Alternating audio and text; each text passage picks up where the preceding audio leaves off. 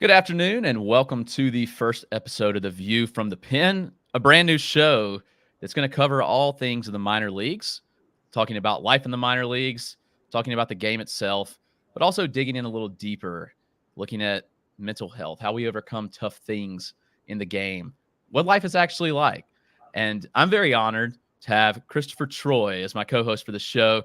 You may know him. His social media presence has skyrocketed over the last several months.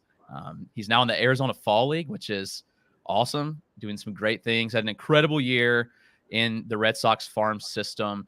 So first, I want to say thank you. Can I just call you CT? That's kind of your nickname, isn't it?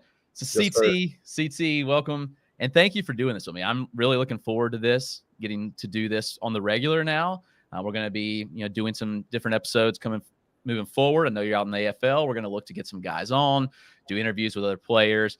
I think this is going to be a really cool thing as we really dive into life in the minor leagues. And, you've experienced that the last couple of years.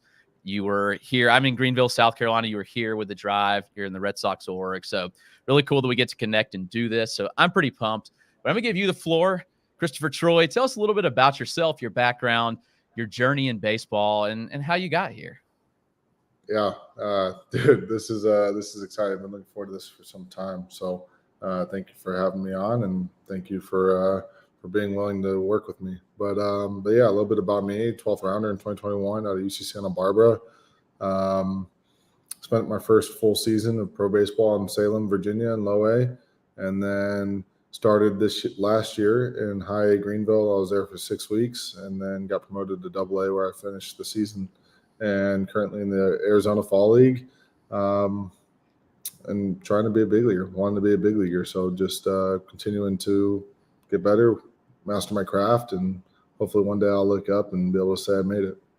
For sure. And, you mentioned a stat the other day on the show. I was listening to you talk about 60% of people that go to the Arizona Fall League have made the major leagues. And so that's got to be pretty exciting and encouraging for you, too, that you even got asked to go there. And we'll get into that a little bit more when we get later into the show.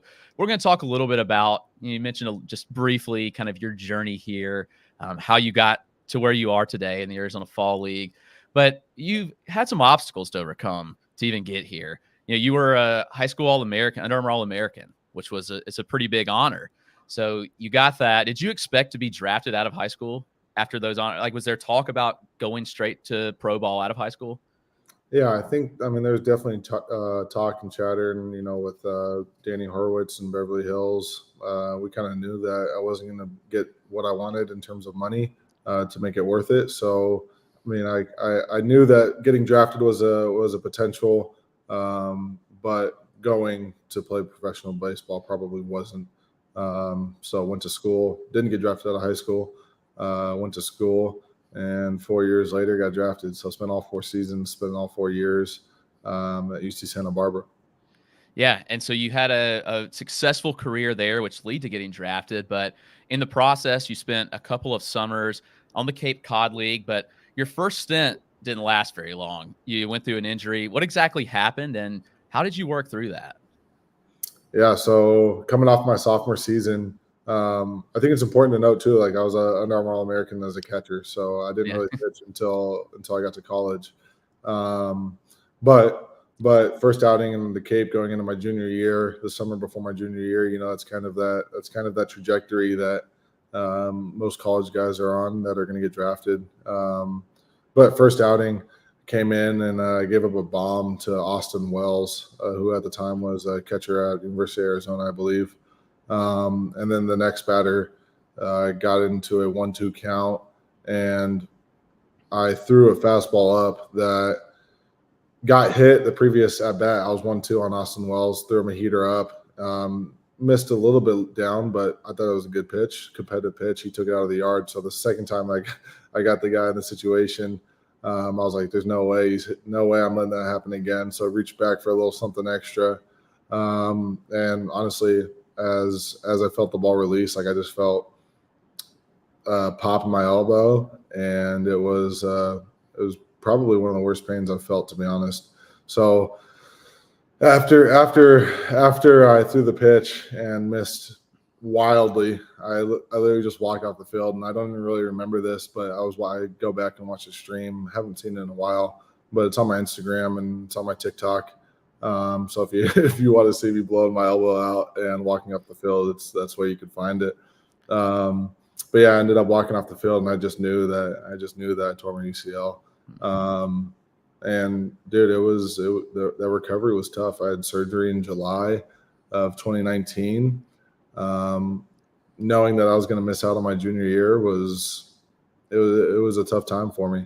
And then on the back end of that, 2020 in March, the season got canceled due to COVID. So, I've said this a couple times, but trying to find the silver lining, I think that I'm one of the few people that benefited from that extra time, because instead of recovering and trying to be ready for that next July to go play summer ball, before going into my senior year, I had 22 months really to do a 12-month recovery. So took my time, had incredible resources around me at UC Santa Barbara and just in the city generally, and had the ability to take my time with it. Came back and no problem since. So knock on wood. But feeling good and been healthy, coming off of the healthiest season of my life. Always getting dinged up here or there historically. So to finish this last season with only 13 days on the IL, about midway through the season, I'm pretty excited, pretty grateful for the good health that I've had this year. Yeah, so I've definitely heard you talk about the story of how you became a pitcher, and you mentioned just a second ago that you were a All-American, high school All-American as a catcher, and you've told it on other pods. But I'd love for our listeners to hear, like, how did this transition happen for you to become a pitcher? Were you going to be a two-way guy in college, or did they just totally decide hey, we think you've got the arm and you can really do something on the mound? So how did that transpire? Yeah, so I think I owe probably a little bit to my good friend Eric Yang. He's a catcher in the AAA for the AAA team and for the Reds in the Reds organization. He was a year older than me when I came in. Coach Checks basically sat me down and said, "Hey, you probably will not contribute behind the dish this year," and asked if I wanted to throw a bullpen.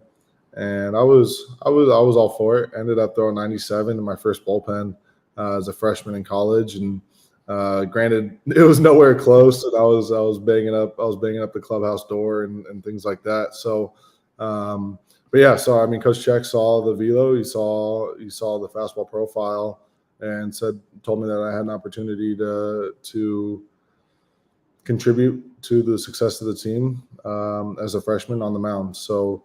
I fought it, to be honest. I was still in the cage. I was still getting swings. I was still working on catching. I think every night I was in the cages, receiving or hitting, or in my mind, I thought I was going to beat out Eric Yang. And that dude is just, I mean, he's a different beast. He's a different animal. But honestly, happy to be where I'm at now. Happy for the conversion. And when I look back, I think I should have bought in a little bit earlier to being a pitcher. I didn't really buy in fully until my sophomore year. Yeah, well, I mean, if you've caught your whole life and you've had success, it's kind of tough when they say, "Hey, we want you to completely switch and do something completely different too." So it's not like you're just moving over to first base. Like, hey, you're going to be on the mound now. Like that's totally different. So I totally understand the reason to not fully buy in at first, because that's a big move. And so yeah, I had a little bit of an ego too. 18 years old. Turning down the potential to get drafted, obviously for not as much money as it would have taken me to go, but had a little bit of an ego about me. And I think as a competitor, I think you need an extreme level of confidence. Yeah, and I think that's a good point. Like, I think there's probably a good difference between having a high level of confidence and there's probably a good difference between cocky and confident, I guess. And it's easy as a young player to almost be cocky, I guess, when you step into a situation or you're highly valued, you become an All-American. We can get to places that are tough, but I think the balance of being confident but not, I guess, overconfident to a fault is a tough place to find, especially as a young 18-year-old. So 100%. yeah. And I think now if I look back on it, right, like I'd rather err on the side of maybe too confident or a little cocky than not enough, because I mean, when you're competing in any physical competition, you're competing against somebody else. And if they could sense just even a tiny bit of weakness or just a tiny bit of self-doubt, they're going to take advantage, Yeah. And so I think, honestly, I think to most people, cockiness or arrogance is probably something that is like frowned upon or shunned. But I think in professional sports, and especially in physical competitions, I think that there's a certain level of confidence that comes that is required in order to perform at the best of your ability. And I think it's okay to err on the side of too confident as opposed to not enough confidence. I mean, you look at the best pitchers in the game, I'd say they all have that bulldog mentality. Like you have to. You get on the mound and you know that you're going to beat the guy that you're facing. And if not, they're going to take advantage of you. 100%. And so, however you go about that, like there's no right or wrong way, I guess. But I think confidence is the key in every sport. And I played baseball, but I'm also a lifetime golfer too. And, golf is a sport where it's so mental. And I think that every sport, baseball as well, but we forget the mental aspects of sports and the confidence that it takes, and knowing that when I step on the mound, when I know what pitch I'm going to throw, that I'm going to throw it to the best of my ability and beat you with it. So I think that's certainly something good to have that bulldog mentality. So, let's talk about draft day for you. So go back a couple of years, you were drafted in the 12th round of 2021. Did you know before the draft the Red Sox were interested? Did you have a gut feeling you'd go there? How did this process transpire that you ended up in the Sox org? Yeah, to be honest with you, man, I had a really, really, really fresh, good start to my senior season. Throwing absolute fuel, collecting saves, racking up the Ks, was in the zone, and honestly just progressively kind of was on the decline over the course of the season. And if I look back on it, I think the way that my arm felt, the way that my elbow felt, probably played a little bit of a role in that. But took some time off in my senior season, came back and really started to trend upwards again. We went to a regional, University of Arizona, kicked the shit out of Oklahoma State twice, and then lost in two hard-fought battles against Arizona. Like, we played good baseball, they played good baseball, and they just were better. And that's really how it felt for both of our losses there. But pitched well at the regional, and honestly wanted to carry that success, carry that momentum out in the Cape before the draft in hopes of trending my stock up, I guess you could say. And went out there, dude, and absolutely shit the bed. I think I had 2 appearances, maybe inning and a third, maybe less, with like 6-7 walks. And that was all I had before the season. So before the draft, rather. So when I think about my time in the Cape, it's from a results perspective, not great, right? 1 home run, a torn UCL in 2019. And then in 22, it was, 21, inning and a third with like 6-7 walks. I can't really remember what the stats were, but I just know that result-wise, performance-wise, my time in the Cape both years was not what I wanted. But I think I'm better for it, right? And I think that the main reason why I wanted to go out to the Cape before the draft was just, I know that there's a certain amount of innings, there's a certain amount of throws that I have to take between me and the big leagues. So if I'm turning down the opportunity to go get innings, to go get experience, to go get reps, in my mind, that's a waste, because there's some unknown number between where I am now and the big league version of myself. And for me, I'm trying to get through that as quickly as possible. So if I have the opportunity to compete against high level talent, I'm not going to turn that down. And I mean, that's the same in the fall league. But anyways, leading up to the draft, I knew I was going to get drafted. I didn't know when, I didn't know to where, to what team. I had a lot of calls in that 5 to 10 round with honestly not that much money, like 25, 50, 75 grand. And I was ready to take them. I was ready to take every single one that called. And, thank goodness I've got good people around me. My agent told me to hold out, and, I ended up getting selected in the 12th round by the Red Sox. So I knew early on, the Red Sox called me, I don't know, maybe 7th, 8th round, offered me a little bit of money. Called my agent, and my agent was like, "No, hold out. You're going to get 125." And so I knew that the Red Sox were interested draft day. A few other teams were interested. I didn't know that I was going to get drafted by the Red Sox, and definitely didn't know I was going to get drafted in the 12th round and get 125. So I think all in all, it played out to the best that it could. So happy to be where I'm at. Yeah, for sure. And the Sox have done tremendous stuff with their farm. Heim Bloom obviously no longer there, but he's done a great job of rebuilding that system.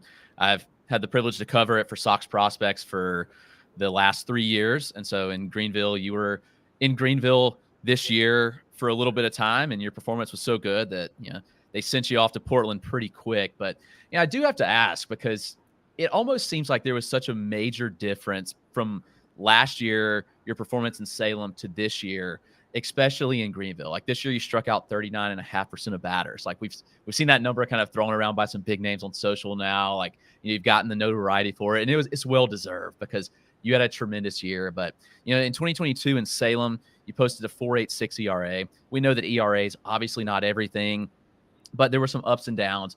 And then this year, you come out in Greenville in those 18 and a third innings that you threw here. You had a 1.96 ERA. You absolutely dominated.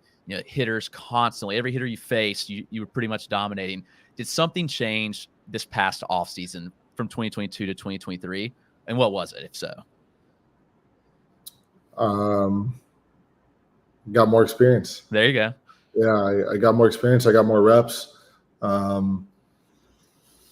I think that the Red Sox do an incredible job developing pitchers. I know it's something that they're starting to get some recognition for, rightfully so. But Chris Mears, Sean Haviland, guys like that, they really do a tremendous job, and they've really helped me out.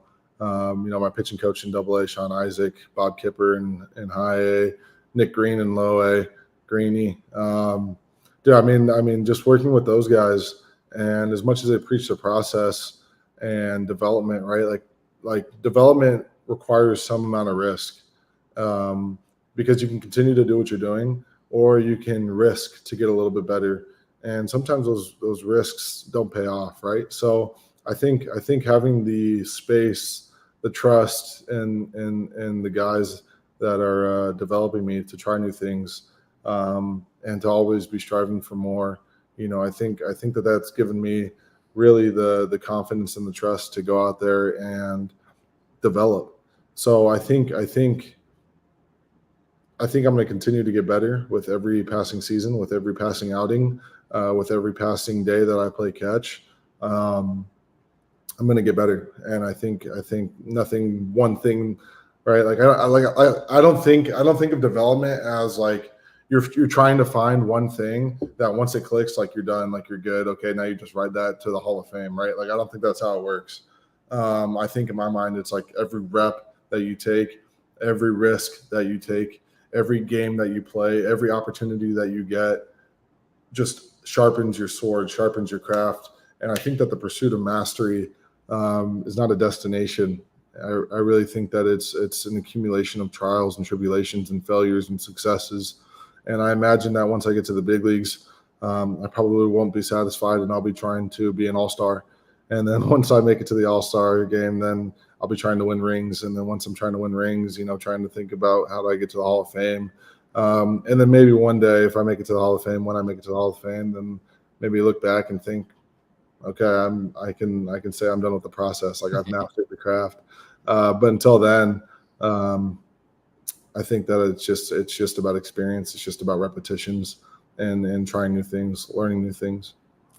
And that's some really good stuff there. And I think that always being hungry to grow and to be better is something that should be our life motto every day. If we learn something new every single day, if we find something small that we can grow in, then I think we can exponentially be better. It may not be the next day, but over the process, like you said, the more reps you get, the more times you do something and fail, like you're going to be better at it.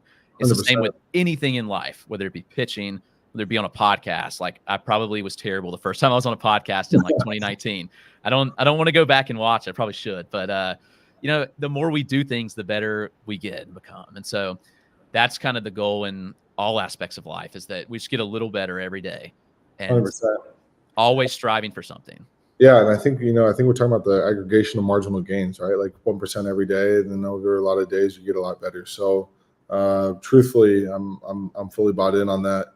I think that I'm learning that there's a piece to that though, and I'm watching playoff baseball, dude, and I've been tweeting a lot about this actually, just because it's been heavily on my mental. But I think at a certain point, dude, you got to say, F the process, and you got to go out there and you got to win. And I don't think I'm at that point in my career yet, just because I'm still a minor leaguer. Winning a ring, obviously Greenville won a ring, but winning a ring is less important to me in the minor leagues than getting better and hopefully contributing at the big league level, right? So obviously I think playing to win gives me my best opportunity to perform. But I think that if I look at the process and the development, right, like I'm going to always be process oriented, but there's a certain point, maybe that's playoff baseball. Maybe that's when you're fighting for a playoff spot, that it's like, you know what? I don't care what work I did today. I don't care how hard I lifted. I don't care how tired, how fatigued my arm is. I'm going to lay it all out there, and I'm going to go for broke. And I think that's kind of like that dog mentality that results. At the end of the day, right? Results matter. And I think, something I've said a few times is like, it's easy to be process oriented when you have shit results. But then when you're a performer and you've got good results, then all that's about is just continuing to put up good results. And as long as you post, you're going to get paid, and you're going to help your team win. So, obviously still bought in the process, but I can kind of see, how in the big leagues, how those guys compete. Like they don't care. They don't care if your process was good that day. Right. Did you come in and have a clean inning, put up a 0 in the 9th inning, and help your team win? Yes or no? Yeah. Pretty simple at that point. Yeah, 100%. Yeah. See, you put out a tweet the other day. It said, increase my surface area for luck. Luck is where preparation meets opportunity. The harder I work, the larger my surface area. The larger the surface area, the luckier I get. Therefore, the harder I work, the luckier I get. And I thought that was like really inspirational. Is that something you came up with on your own? Like you have a lot of these good thoughts. Is this something that just came in your head? Yeah, I'm always pulling inspiration from the authors that I'm reading from, the books that I'm reading, the podcasts I'm listening to, the coaches that I talk to, the players, my teammates, my family. And I think that there's actually very few thoughts that are truly original. And I think most of the time it's just people aggregating what they've read, what they've heard, what they've listened to, and kind of formulating it in their own minds, right? So like I would be probably egotistical to say that I narcissistic, if you will, to say that I came up with that completely on my own. But I can tell you right now, like those were thoughts in my head that I typed out, and I'm pulling inspiration, right? Like I've heard the harder I work, the luckier I get. Like I've heard that before, right? But in my mind, it's how do I conceptualize it, and how do I digest it, and how do I use it? And so while the thoughts of those tweets probably aren't original, and probably came from Albert Einstein, who said compounding was the 8th wonder of the world, or any number of great thinkers before me. Not saying I'm a great thinker, but great thinkers that I like to learn from, I like to read from, and I think that while I didn't plagiarize and I wrote that all by my own, I think that I'm drawing inspiration from a number of giants that stood before me. Yeah, I love that. But I totally agree. I think that ties into everything you kind of mentioned. And, you had the successful year in Greenville, a shorter stint because the performance was so good. And you moved up to Portland, big move up north. And it's really solid results again. But I did want to ask for you, what was the biggest difference in moving from high to double A? What was maybe the hardest thing? And what was the toughest thing about that move? I think hitters are a little bit more disciplined, which is a challenge, which is fun. It's a fun challenge, right? Like if I get a dude 0-2 and I'm throwing a heater 8 balls up, like in Greenville, it's probably getting chased more times than not. Whereas in Double A, instead of 8 balls up, it's got to be like 2-3 balls up. So it's tightening in the window, right? Instead of just bouncing a slider 46 feet and throwing it in the window and getting a swing because they're sold out on the heater, right? Like it's got to be strike to ball. And it's funny, when Trevor Story was rehabbing in Portland, he was generous enough to share some insight into the differences between Double A and the big leagues. And one of the things that I heard that really stuck with me to this day is in the big leagues, hitters punish more mistakes and pitchers make less mistakes. And that's, and from what it sounds like, that's the big difference. And I could see that even from high A to Double A, like just a little bit, right? That I've got to be more competitive with my put away pitches. I can't just throw it in the window and get chases because they're selling out for a pitch. And I imagine that my window will continue to tighten, especially as I get closer to the big leagues. Yeah, 100%. And that's something I noticed too, just watching minor league ball, is like, you can get away with a lot more as a pitcher at the lower levels. You have the stuff. I mean, you've got a big fastball, so you can just blow the fastball by guys at lower levels. But as you move up, they're going to be more disciplined. You've got to hit your spots, be much more precise. And, I think that honestly is the major difference, and why guys are in the majors and why some are in Double A. And that's that process of just refining it and getting a little better every day and getting to that point. So on that note, you moved from high to Double A, but I had a fun question of who was the hardest hitter that you faced this year? The hardest hitter you faced to get out, maybe? I would not be doing this guy a service if I didn't mention his name, but Junior Caminero. I was in Greenville, and I think I gave up maybe 3 or 4 runs in Greenville, maybe less. But one of them was an absolute moonshot, 438 off the scoreboard. He's a righty hitter, hit it backside, right center, put me off the scoreboard. And that was a 2-2 fastball. Honestly, one of my better fastballs, right? 96 mile an hour, up and away to a righty with 24 inches of vert and a little bit of cut. Like, that doesn't happen. 99 out of 100 times, that's not the result.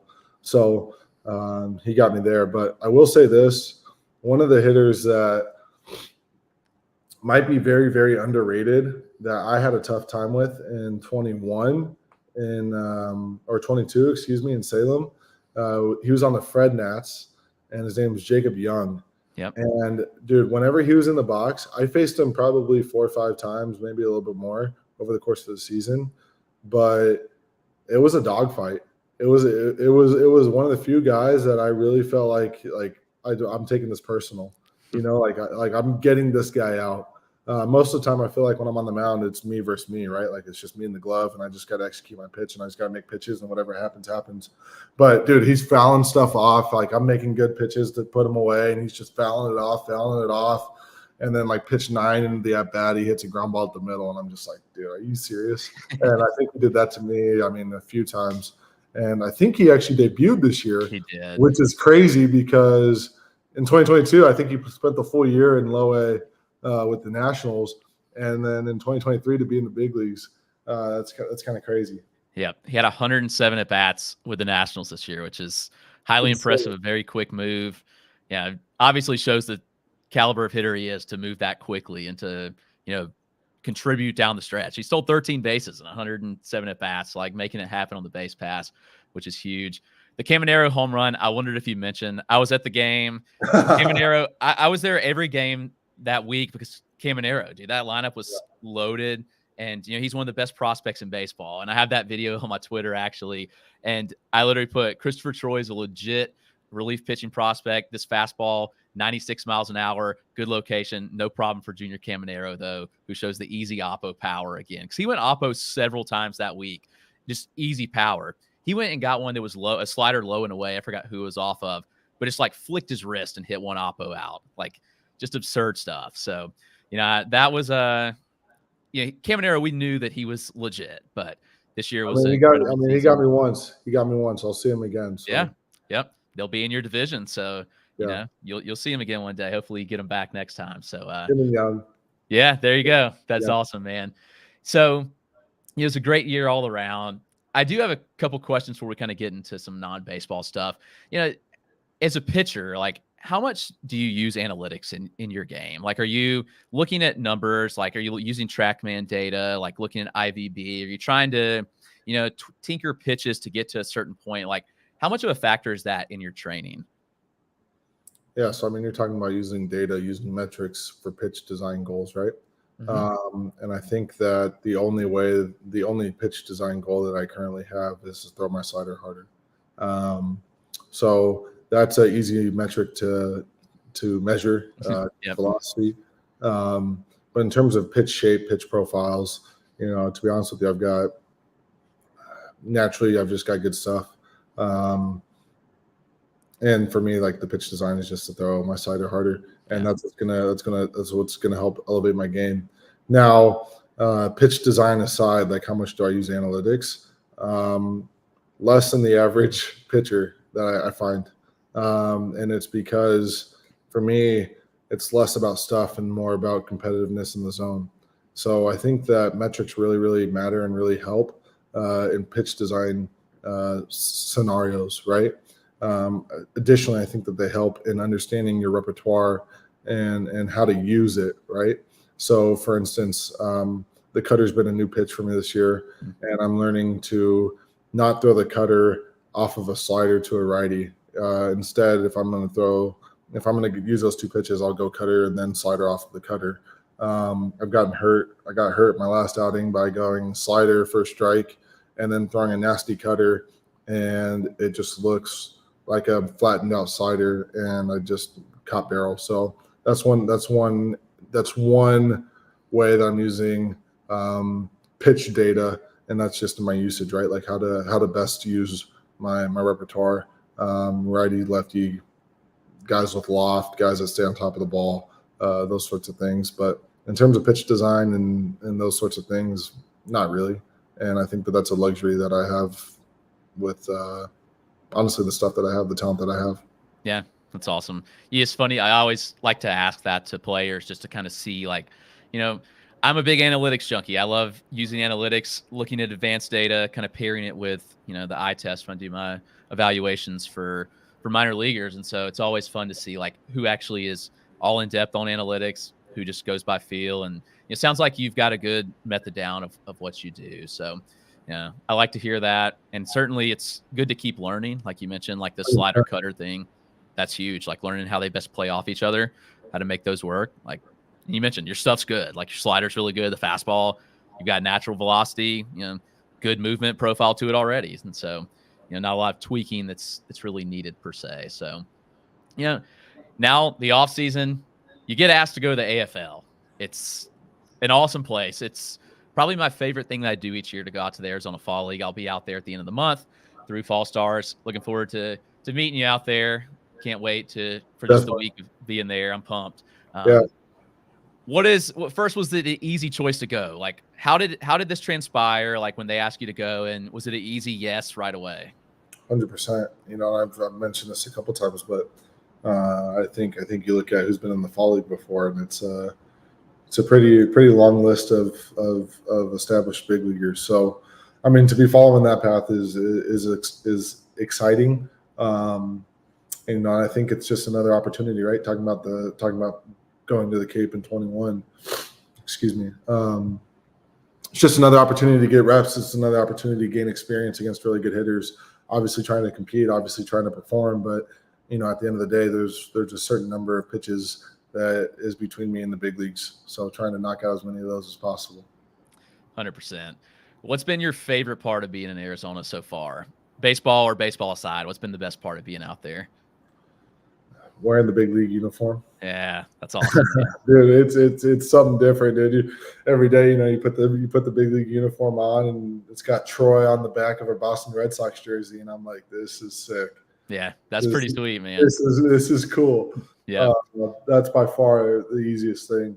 The best thing about it is just you've got the pants tailored for you for the first time. You're not wearing Bobby Dahlbeck's 8-year-old pair of pants. You get your own tailored pair of pants, and the jersey fits just right, and it's got Boston on the front, and it's got your last name on the back. Like, dude, it's got to be the best part for sure. That's awesome. Yeah, that's cool to hear. And I know that's got to be special putting on that uniform with the Red Sox on it and your name on it and everything. And the cool thing is you get to be with your former Greenville manager again, and Iggy Suarez, who's out Yeah. there managing the team, which I think is pretty awesome. Iggy's a great guy. I just have a gut feeling he's going to keep moving through the system, man. Like he won a championship this year, just an incredible dude, and obviously selected to go out and coach your team in the fall league. What's that like being back with him again? I mean, to be honest with you, he's great at building player relations, which is tremendous in terms of the confidence that you get when you go compete for him, right? Like you have the freedom, you have the space to try your absolute best, and just know that if it doesn't work out, like he's not going to lose trust in you. He knows it's part of the process. He knows that failures are going to happen, and I think his confidence in me is to have that out in the fall league, right? I think it means a ton, and I think that there's a lot of value there. And then honestly, just to see him after winning the ring, like I'm really happy for him. Yeah. And I think he's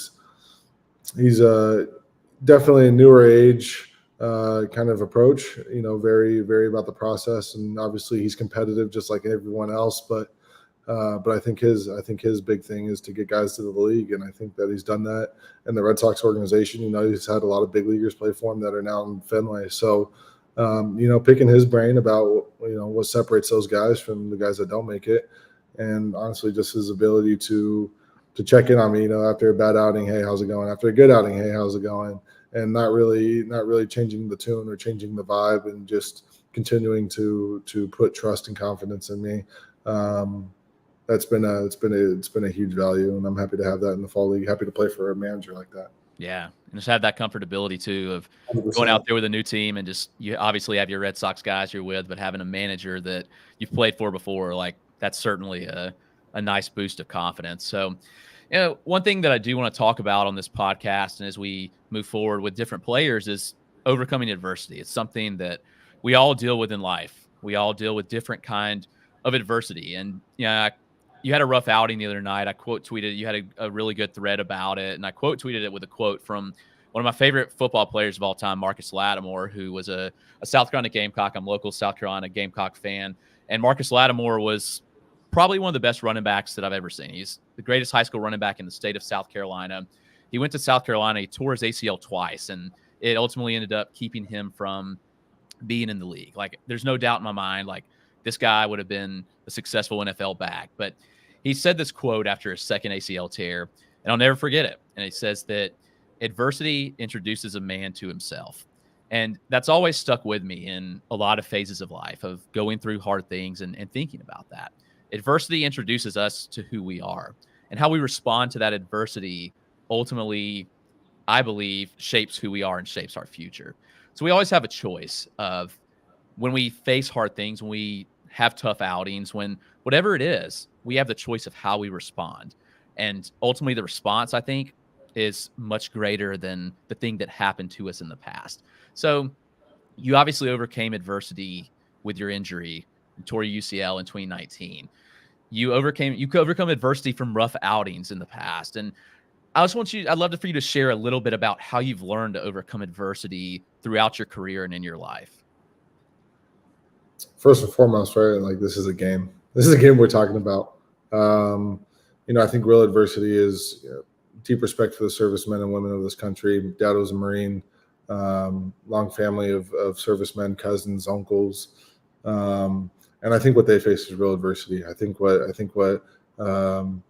people are facing in third world countries, especially right now, Ukraine, Russia, Israel, and Palestine, like that's real adversity, right? Like when we're talking about baseball, like it's a game, right?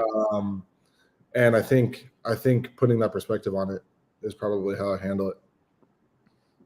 I think it's so simple, but you really put it in perspective. I mean, it's easy to get bent out of shape when little things don't go our way, but they're so minute in the grand scheme of life and the things that we get to do. I mean, like, yeah, you may have a bad outing, but you're still a professional baseball pitcher at the end of the day. And like, such a small percentage of people actually get to do that. And so when you actually think about it and put it in perspective, like, okay, like had a rough outing. Like at the end of the day, who cares? Like, you go out the next day, you leave it behind and you move forward. Has there been a way that you've learned to build mental toughness as a player over the years? Has there been any process to that, or just something you've kind of always had? Growing up in the household that I did, I think served me well for the industry that I'm in. But I think it's a good question. I think not being judgmental, right? Like you said rough outing. Like in my mind, it wasn't rough. Like it was just an outing. There you go. And what's a good outing? What's a bad outing? In my mind, they're all just outings, and they're all just jabs that you got to take along this path, along this pursuit to mastery. And I think that as long as I'm daring greatly, this is to quote, this is not original at all. I think this is Teddy Roosevelt, the man in the arena. Dude, no matter what I do, good or bad, right? Like that's subjective. That's a judgment that we're assigning on some event, something that just happened. But I think the man in the arena, right? If you go read that, like that sums it up. I'd rather dare greatly and fail than to never know misery or defeat. And that's something that I honestly I live by, and I try to obviously get reminded of it from time to time. But try not to be judgmental, right? Last outing was just an outing. The one before that was just an outing. My one tonight's going to be an outing, and it's just an experience. It's just a wrap. It's just a brick along the brick path. So keep going. Yeah. Well, no judgment here. I pour you some words of a poor rough outing. So no judgment on my part, I promise. But you've had an incredible Good job, season. though. Your job's to judge. No, not at all, man. That's a tough thing too. Is like I would say is covering minor league baseball is having a balance of calling stuff fair and what it is, and like you guys are human beings at the end of the day, and so like it's not critiquing, it's finding the best in everything, but also writing the truth about what we see from players, but we forget sometimes, and a lot of people forget that at the end of the day, you're way more than a baseball player. Like, yeah, you're a professional baseball player, but you're so much more than that. And so I think your outlook and your mentality is the reason you're going to make it, because I think you think differently than a lot of players. A lot of players I've talked to do take things personally. They read everything that people write about them as a prospect, and they get so worked up about things. I've met plenty of players that do get focused on that stuff, but just focus on doing your job. And I think that's what I see in you that really sets you apart. And I think that's really awesome. And so Thank you. Those things about mental toughness, I think are highly important in the game of baseball and even in life. Overcoming hard things is something we all have to deal with. And so, I look forward to hearing more stories from players and that sort of thing. But let's talk a little bit about things outside the game. Are there any things you enjoy doing just out when you're not thinking about baseball that gets you away from the game, to de-stress or anything like that? Definitely. Manage my own money. I manage my own investment portfolio, and I've been investing in real estate for probably 5 years or so now at this point. So really enjoy playing the real estate game, really enjoy playing the money game. And most people are like, oh, like, is that your backup plan? No, right? Like that's in my opinion, I've got one plan. I've got plan A. And everything that I do is just a part of plan A. So, a lot of people ask me about, oh, it must be nice to have a safety net to not have to worry, like stress about performance of baseball. It must be nice to have a plan B. They get the wrong idea. And I think that for me, typical kid with a lemonade stand kind of entrepreneurial spirit at a young age. It's always something that I've just making money, learning how to use money. It's been something that's just been an interest of mine. Love playing Monopoly, and now I just feel like I'm doing it in real life. Obviously with bigger scale, and you're affecting real people's lives. But I think that if you add value to everyone that you come in contact with and become somebody of value, I think that there's only positives to come out of that. So also have taken a special look at social media, been putting it more into the spotlight for me. I think you hinted on it at the beginning of this talk, but when I think about financial leverage and digital leverage, those are two areas that are part of Plan A. And I think that if your financial leverage and your digital leverage are not part of your Plan A, then you're setting your North Star too low. For sure. So how did you get into the real estate? Is that always something you've been interested in, or how did that come about? Yeah, my really good friend Jake Cosgrove. He played baseball at Seattle University, then played at UC Irvine, and then grad transferred to University of San Francisco, where he got his master's degree. The dude's an absolute beast. No longer playing baseball, but absolutely crushing it in the workplace. And his dad invested in real estate, has a lot of experience doing so. And so I think that my relationship with Jake, we're still business partners to this day. And then his dad as a mentor has been really that big step, which gave me the confidence to take that first step, right? Like most people don't take the first step. And I think it's probably part fear. And I think that if you have good people around you, you've got good mentors, like Dan Cosgrove, Jake's dad, and you share some risk, i.e. me and Jake partnering, I think it makes taking that first step a little bit easier. So that's how I got into it. That's awesome. And you mentioned briefly about social media. You've really, I feel like, increased your digital leverage, as you said, a lot this off season and even during the season too. But, what made you decide to really step into and do more with social media about sharing your thoughts and sharing, things about the game and that sort of stuff? Like what made you push for that? There's a book that I read by Naval Ravikant, who I've never met, but would absolutely love to meet him. I consider him a mentor, though I've never actually talked to him. But it's called The Navalmanac, and it's actually not by him. It's by Eric Jorgensen and Tim Ferriss. Probably know those names. But it's a book that they aggregated of Naval Ravikant.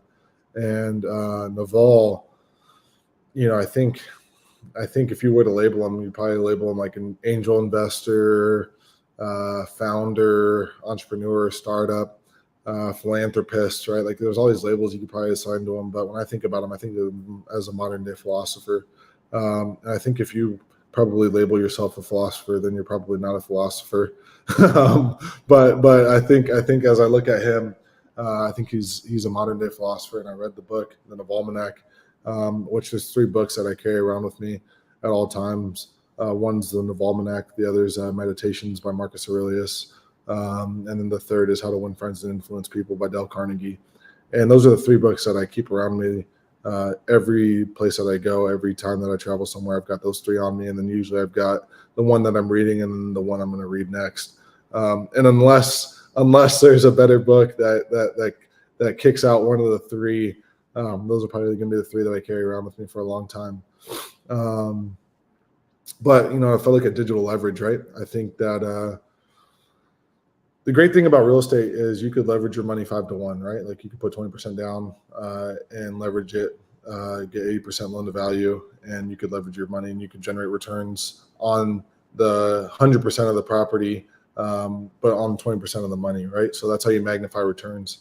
When you're talking about digital leverage, you're talking about an infinite amount of leverage. There's no cap. There's no 20 to 80%. There's a time that you invest now, and then it just lives on social in perpetuity, which is infinite leverage. And that's what Naval talks about in the book. That's one of the things he talks about in the book.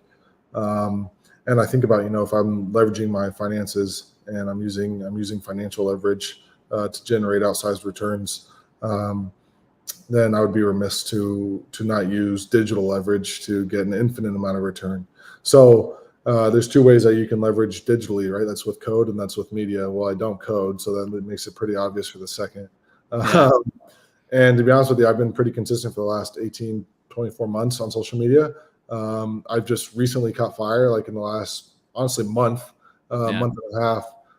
Even throughout the season, like I got a little bit of attention because I was pitching really well, but it wasn't really till the end of the season that everyone was like, holy cow, just look how good of the season it was.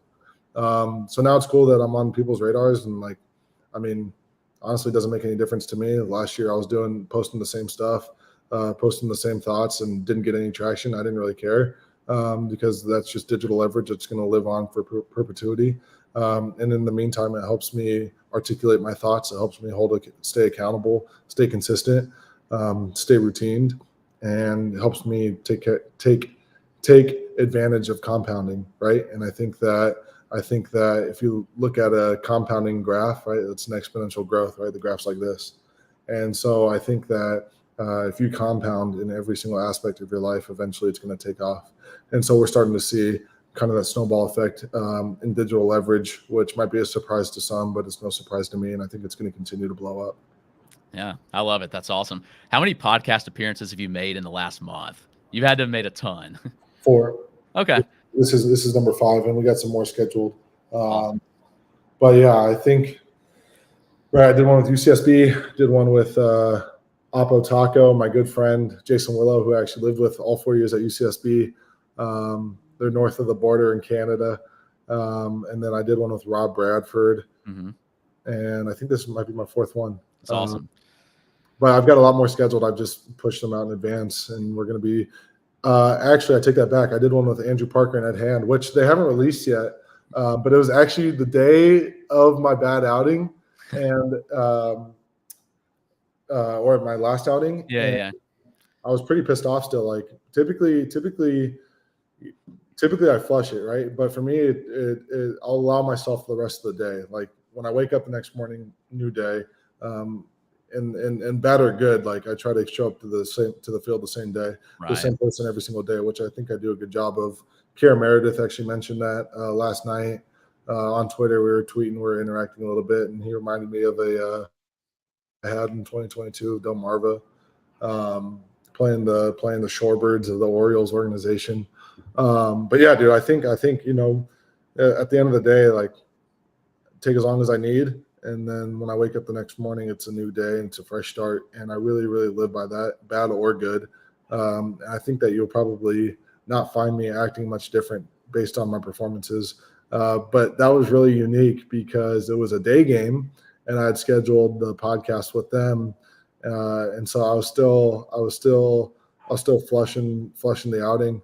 Obviously still some raw emotion. But I got to get back with them. So yeah, this is my 5th podcast. Okay. Last like 2 weeks, 3 weeks. Yeah, I was actually on with them, I think, the day before that, just talking soccer prospects. So everybody saw in Greenville this year. So yeah, a lot of fun, man. Well, I think what you're doing is awesome. Wish you the best of luck tonight in your outing. Looking forward to seeing that. It's your chance to, get back out there and do your thing that you love. And so I'm pumped for you for that. And, as you continue to advance yourself in the baseball world and, with real estate and with social media, I'm just kind of pumped to follow it all, man. And I'm glad that we can be kind of part of the journey together, man. And looking forward to continuing to do this show. I'm glad we could get to know you a little bit more in the first episode, but I'm looking forward to having other people on, some of your teammates, and just talk with them, talk the game and life. And I'm really excited for it. So thank you again for doing this with me. I really appreciate it. Yes, sir. My pleasure. Thank you. All right. Well, thanks everybody for joining us. This has been episode 1 of The View from the Pen with Chris Clegg and Christopher Troye. Thank you for joining us and have a great day.